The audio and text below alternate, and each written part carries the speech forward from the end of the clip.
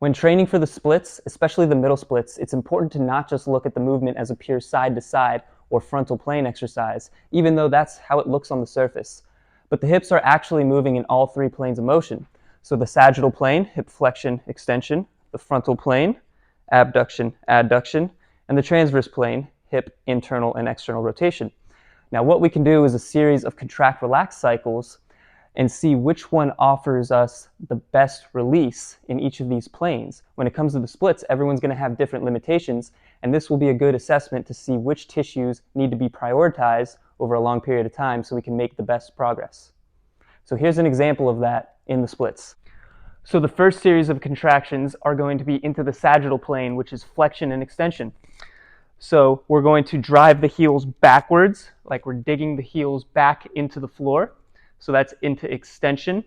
And then we're going to relax that tension about 5 to 10 seconds and try to flex the hip more from the pelvis. So we're trying to anteriorly tilt the pelvis harder, and that should cause some engagement in the hip flexors to pull us deeper into the stretch. The next series of contractions is going to be into the frontal plane. So we're trying to squeeze the ground together into adduction. Relax. Now try to squeeze the side of the hip to pull yourself deeper, and you might get a different release. The last series of contractions is into the transverse plane, so that's into rotation. So for this one, I'm going to contract into external rotation. So I'm trying to spin this heel inward, if you could see on that one. So it's an isometric, so it's not going to actually move.